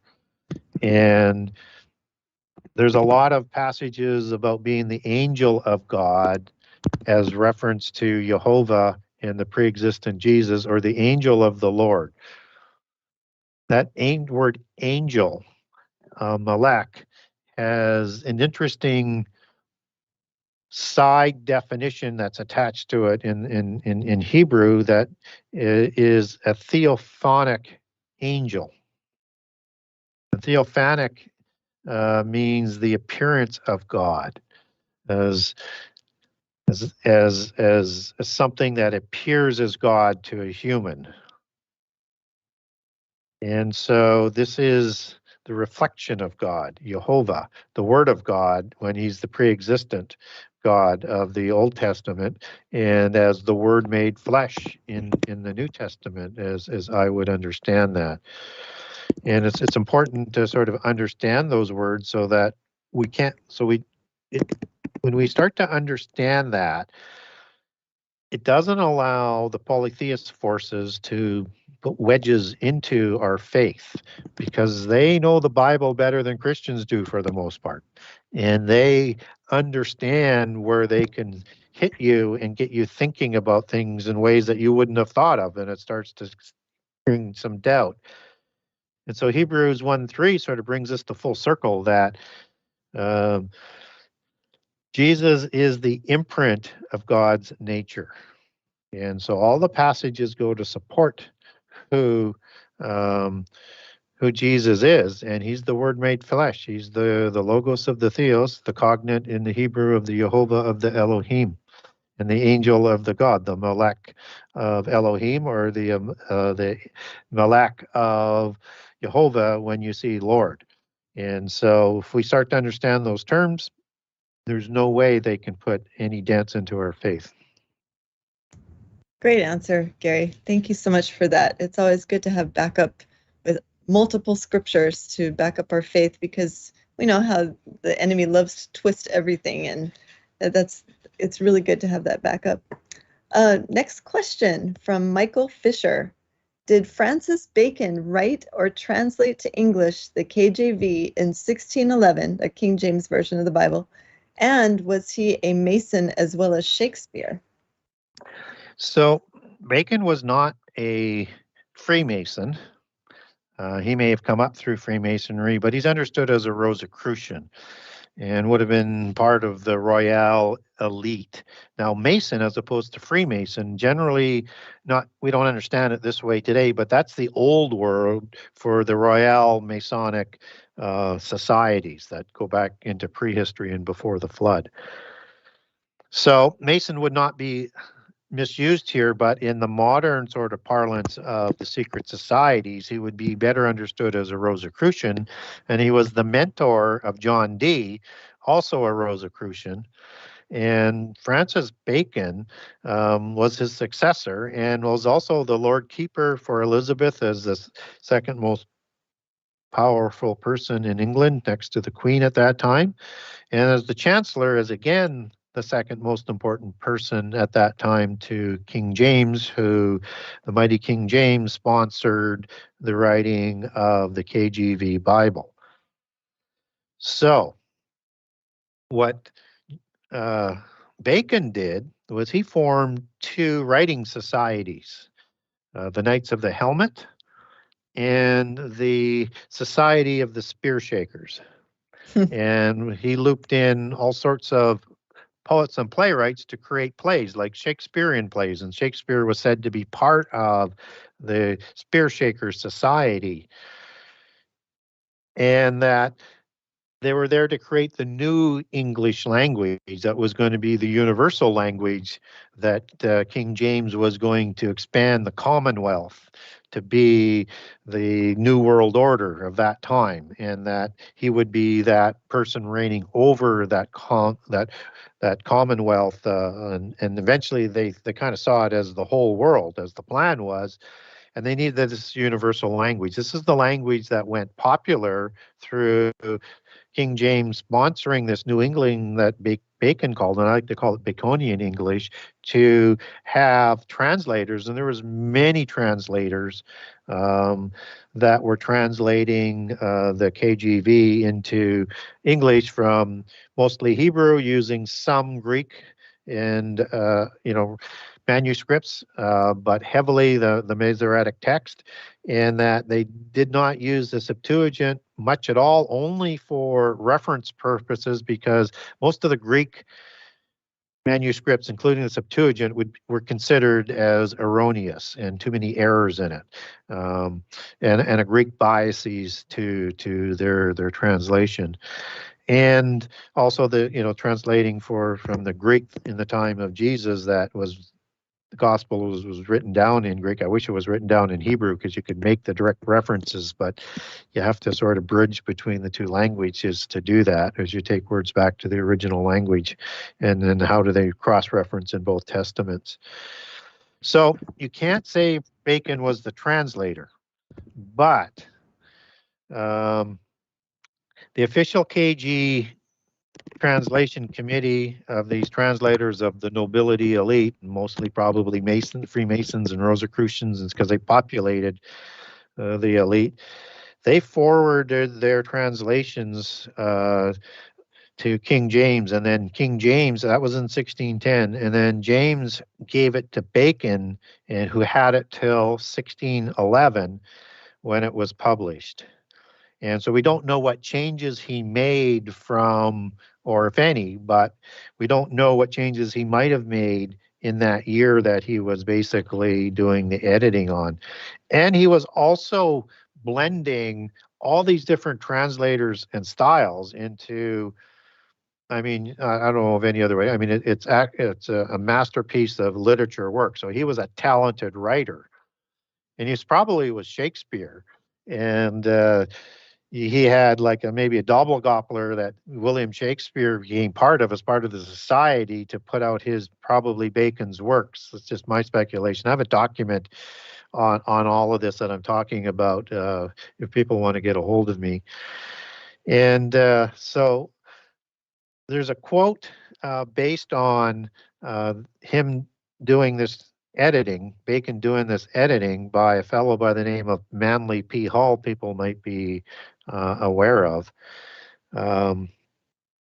is that the first edition of the King James Bible, as the quote goes, which was edited by Francis Bacon and prepared under Masonic supervision, bears more Mason's marks than the Cathedral of Strasbourg. Quote from Manly P. Hall, 1929. So within their belief system, they certainly believe he put in things like the unicorn, which shouldn't be in there, and the unicorns are on KGV coat of arms. Unicorn is a wild bull, rem as it translates out of Hebrew, not this unicorn. That's in the occult history. I won't go into unicorns right now, or Easter in Acts 12:4, when it should have been translated as Passover. I won't go into all. There are either errors or dubious translations or corruptions that don't really change the outcome, but they're for markers that seemingly would line up with the Freemasons and Rosicrucians, including Halel in Isaiah 14 and Halel ben Shakar for Lucifer, son of the morning. Lucifer is an Italian word inserted into English for a Hebrew word. And it's related in Latin to, comes derivative of lux and Venus and light and words like that. Lucifer is the god of the Freemasons, also known as the great architect of the universe and a Mason. Thereas. And and again, when you see some translations of Masons in the KGV, it's seemingly a little bit of biases or corruption that was put in there. And so Bacon, he wrote an interesting piece called The New Atlantis. And this became the inspirational source to the Royal Society, or the Invisible College, and that his painting hangs into the entrance of the Royal Society even to this day as its founder, and that this end time utopian New Atlantis, which had 10 kings, by the way, had this universal language that harmonized science and religion, just as Enochian mysticism did before the flood. That was the religion of Atlantis. So yeah, there's a lot of evidence and more. I won't bore everybody. If they want have the document, get a hold of me, I'll send it to you. And I have, as I generally do, I have footnotes, and I can give you the sources on what was going on there and the writers who wrote that. So, Oh, wonderful topic. This is one of my favorite topics, and I actually asked you to send me that document a couple of years ago, I think, Gary, and I learned so much about the whole Rosicrucian society. I had no clue before, and especially being brought up Lutheran. Martin Luther's symbol is a white rose with a red cross on the inside. And I always wondered why everybody in the churches that I would go to, my dad was a Lutheran pastor, why we always had these stickers on everything. I was like, what is the significance of this white rose all over the place? Come to find out, yep. A Rosicrucian. So yes, exactly. Oh, and one last thing about this is that word Spear Shaker Society is obviously the word that is connected to Shakespeare. In Greek mythology, Apollo and Athena were the gods of art, and Athena held a spear that she would shake. Everything that they do in plain sight. If you can just work it back, they'll tell you their belief system. Oh, for sure. And Bacon had a lot to do with developing the government for the new world they're planning to create, which is, we know, is the United States or North America, I guess you could say, and the one world government. I mean, like you said, these people, they know the Bible better than most Christians. They know prophecy, they know what's coming up, and they want to try to dictate everything that happens on their timeline. They want to try to force God to do what he says he'll do in prophecy according to their timeline. But we know that doesn't really work, right? Yeah, exactly. They run the world. Oh, yeah, for sure. Thank you so much for that detailed answer. And I would highly recommend anyone who's listening, ask Gary for that particular manuscript if you want to dive in more as to the connection with the Rosicrucians and Francis Bacon and the Royals and Shakespeare, because there is definitely a very deep rabbit hole dive there. Okay, next question. This is from Hermes. Did Satan fall before or after Adam was created? Yeah, it's another one of those really terrific questions, and goes to the heart of prehistory and how sort of things kind of came out. So, my thinking is that Satan rebelled and fell. And it's what's interesting about, where we kind of read Satan falling is again in Isaiah 14, where he falls from heaven. That's the Hebrew word Nephal, or Nepal, as it was in Old Semitic. No H there. A lot of words in Hebrew didn't have the H in the original Semitic, so you might hear Nephilim for the Nephilim. That's the same. That's where that sort of ideology comes from, or Raphaim or Raphayu instead of Raphaim. So rooted in the same evolution of the languages. And so, yeah, I think it was before Adam was created, and kind of here's a short story of how I get there. Is in Genesis 3:1, we have the account of the serpent and the Nahash, who is going to deceive Eve to eat of the apple, and then Adam will be deceived as well. And that's the only law, that we're told that they were provided at that time. And so then the Nahash, which is the Hebrew word for serpent, was successful.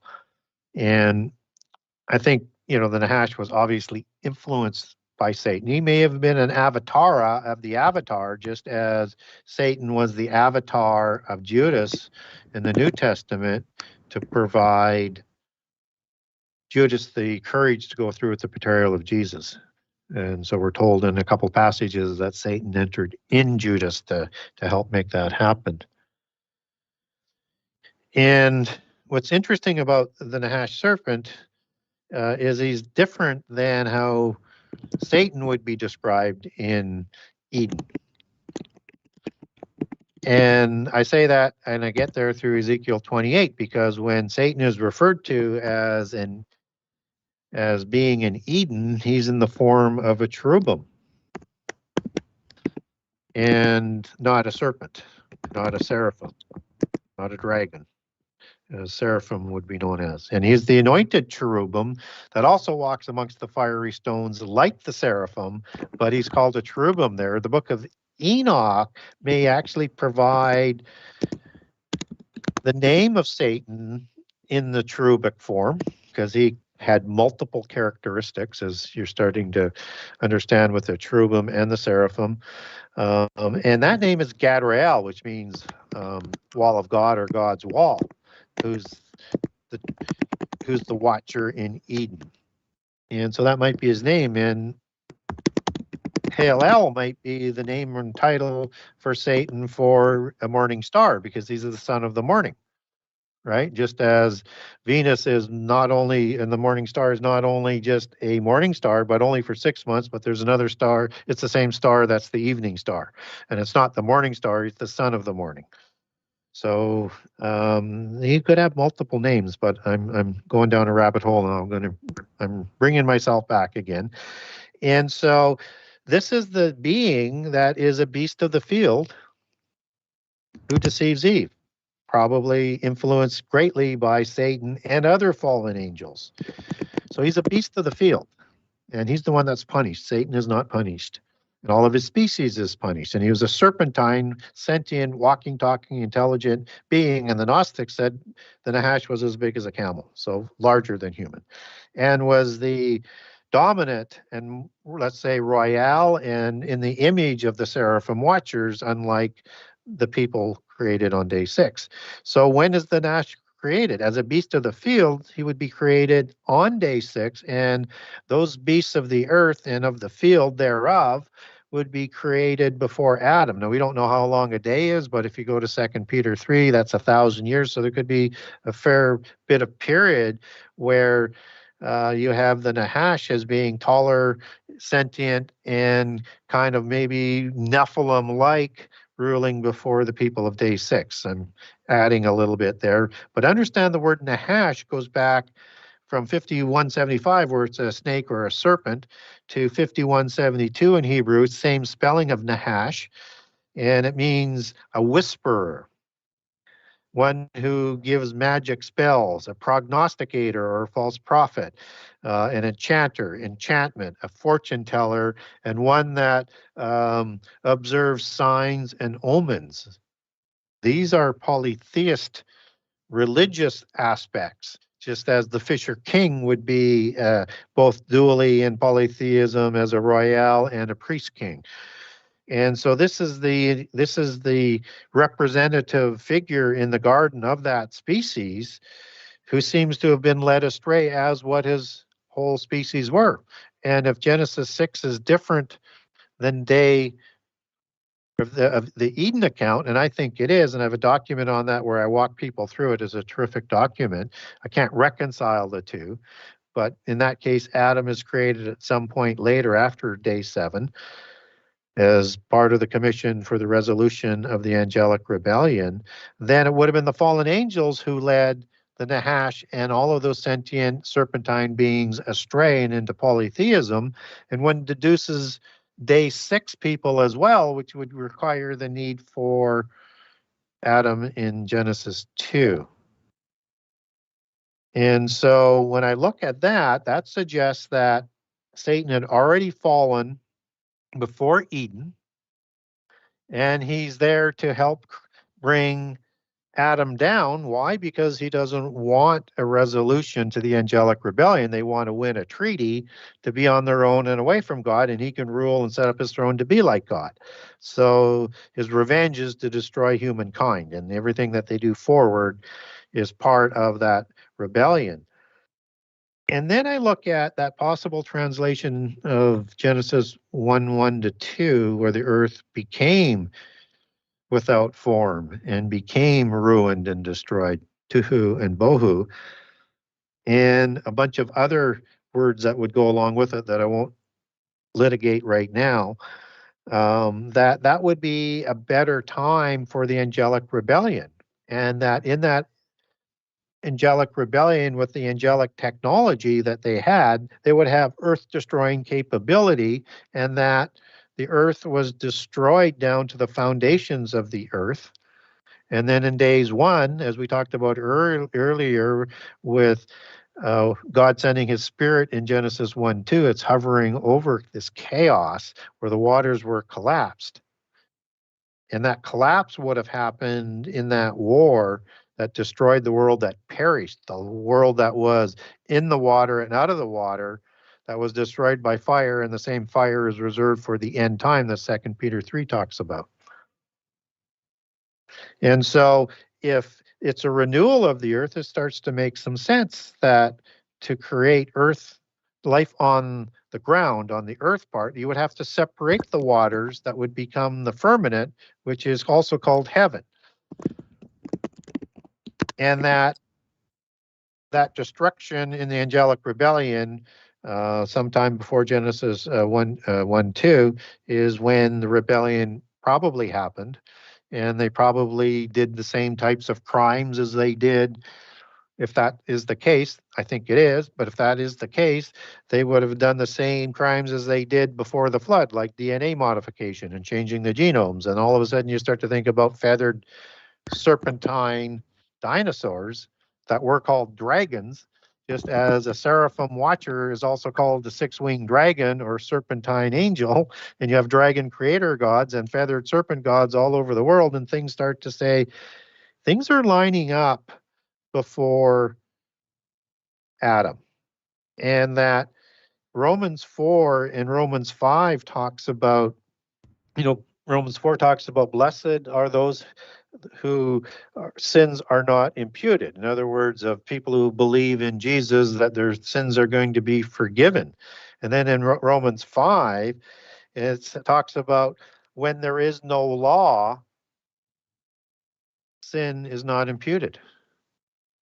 And so if the first law was introduced with do not eat from the tree of good and evil, then anything that happened before that, even though there was sin, even though there was rebellion in the physical world, it wouldn't be imputed.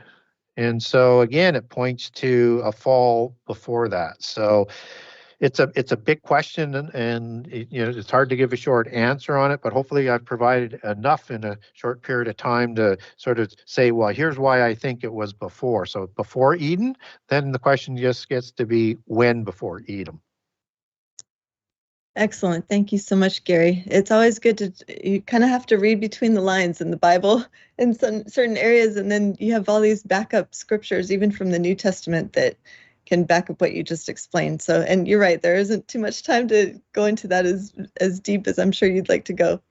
But we have our last question that was submitted last week, and I think that we have about 10 minutes left, maybe a little bit less, but I think you might be able to answer this. This is from Truth Seeker. Please explain your views on the 3 days of darkness. Yeah, another really good question. So, and there's different views on the 3 days of darkness. The main one that people subscribe to is sort of the Catholic sort of understanding of 3 days of darkness, that in the end time, there's going to be these 3 horrible days of darkness.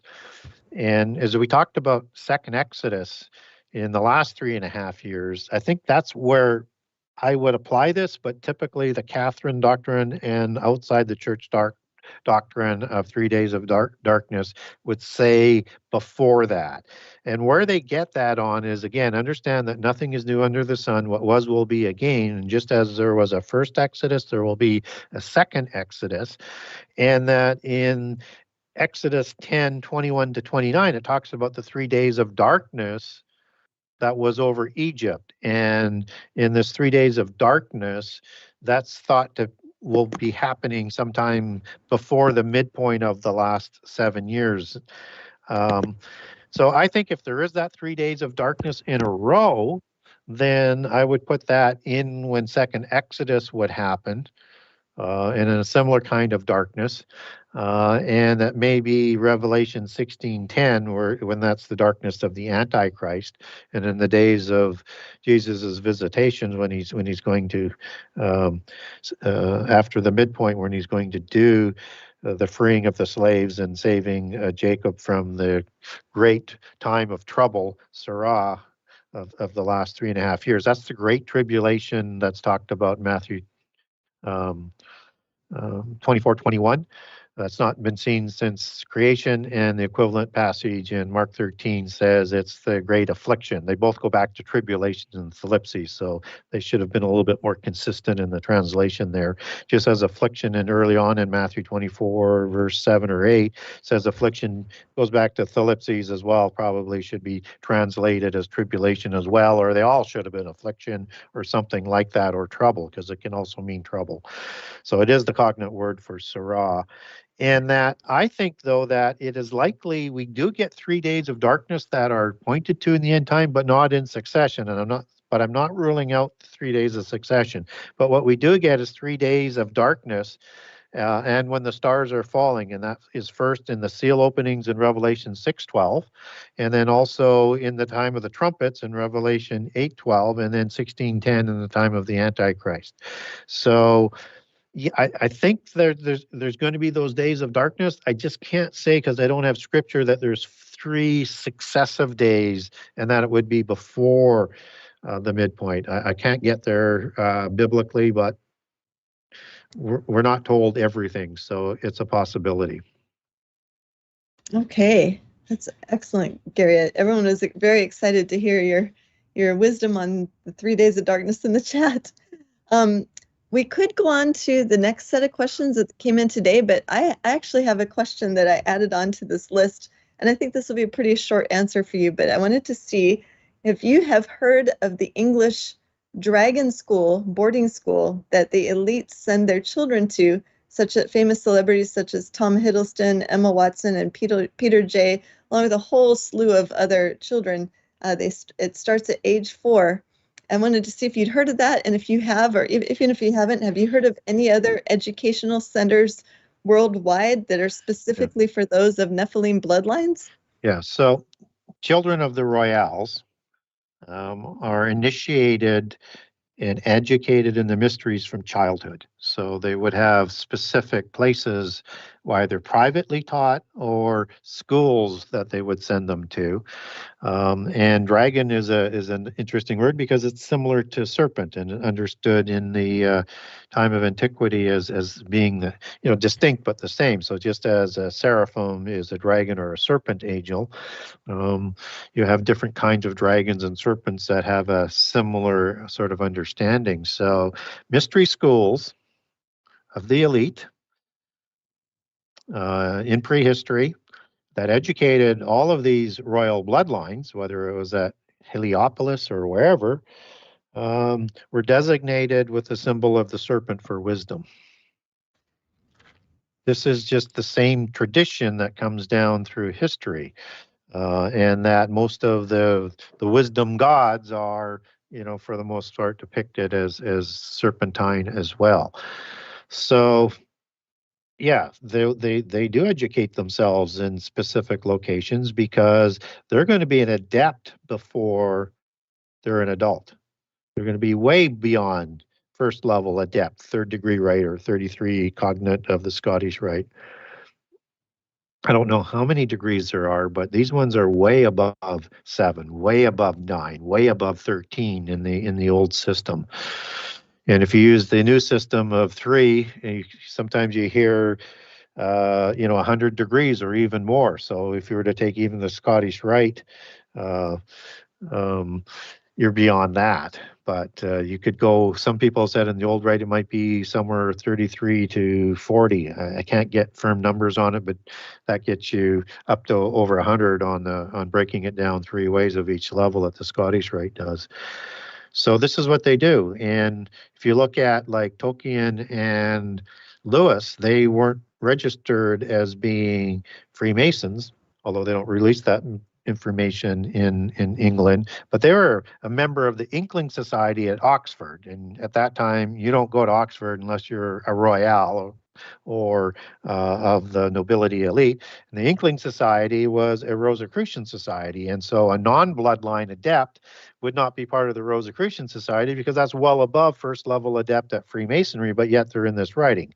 Yes, you have 3 different levels of the Rosicrucian society, but they're there as adepts. They're not there to learn the wisdom. They're there to learn the same craft in the same MO that Francis Bacon, a Rosicrucian, set up the Spear Shaker Society and the Knights of the Helmet Society. And just as all of these works were written into the Roman classics and through societies like that, and the Greek classics, it's the same MO all the way down through history. And so the reason that Tolkien and Lewis were able to be part of that society, the Inkling Society, a Rosicrucian society, because they were already well above that level, above the Rosicrucians as adepts. They are royal bloods. I have a great series on Tolkien and Lewis on their writings, on how we know it's not Christian, and that they never address their occult writings, because it's all occult, so they stand behind them, and how they look at the Bible as a fairy tale. Then I also have as part of the edition 5 and 6, where I trace their genealogies back to the Royals. Wow, that was an excellent answer, Gary. I just started doing some research on that, and it reminded me of even in movies, they show children of certain elite families going off to boarding school at really young ages, and that would make sense that was what they were teaching them. That's about what they were doing. Yeah. The school of Pythagoras also comes to mind. That was probably a big part of it. Francis Bacon, I believe I read, went to Paris for schooling, kind of like abroad, and that was probably maybe another location. And in the chat, people are saying, what about Hogwarts? I think that would definitely be some truth in plain sight. I'm not sure if they learn all the things that we see in Harry Potter movies or books, but it very well could be. I mean, they basically teach the children like magic, right? Yeah, sorcery. Right, incantations and all that. Yeah. Just in the hash tradition. Oh my goodness. And for them to even just call it the Dragon School, that really says a lot. Like you explained with all the different implications of that. Yeah, and they can get away with that because they basically said the dragons are mythical and they never existed. It's just the disinformation that they get everybody to repeat, and everybody believes it. Wow. Thank you so much for answering my question, Gary. I really appreciate it. And I appreciate everyone in chat. I think that we have about 1 minute left. So, Gary, if you want to give your information one more time of how people can reach you and order your new book. Yes, the best way to get a hold of me is through my website at the Genesis6conspiracy.com. That's the number 6conspiracy.com. On that website, you can get a signed copy, pre-order of the book 1, pre-order book 2 for a signed copy. Also link over to barnesandnoble.com, amazon.com, amazon.ca. I do ship all over the world. Just select the right page, US, Canada, or overseas. And on the website, I also have a generous excerpt of all 98 chapters of book 1 and generous chapter of all 84 chapters of book 2. And it's just a drop, a nibble of what's in the book. It's just loaded with information. Both books are, but book 2 is targeted at Christians, and it goes deeper. It is the most unique book out there on the Bible, and it goes deeper into the Bible than any other book, all about angels, demons, giants, and end-time prophecy, how they're connected. Right on. And don't forget, you guys can go ahead and pre-order Gary's new book. It's packed full of information. I'm really excited to hear also, Gary, you're already thinking and starting your 3rd book, which is amazing. Because I remember you said the first book alone took you about, 30 years to write? Is that correct? Yeah, this one took less than that, and hopefully the next one will take less than the other one, because I have most of the research done. It's just additional stuff that I want to put in to make sure I back things up properly. Okay, well, on that note, thank you all for being here. This will be the end of our show today. Thank you again, Gary. Don't forget to come back next month. Gary will be giving away some of his new books, right? Gary, next month is the plan, I believe. Yep, yes, new books. So if you have not pre-ordered that yet, now's your chance. You can have your chance to win 2. He'll be offering 2 books next month, and so make sure to join us for Gary's AMA. Thank you guys all for being here. Thank you, Gary. Blessings to everyone. And we will see you all next month. Good night.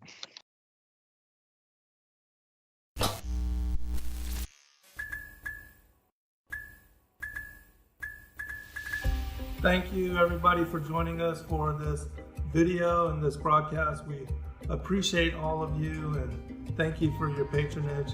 Please do like and subscribe and share with your friends. God bless all of you in your seeking.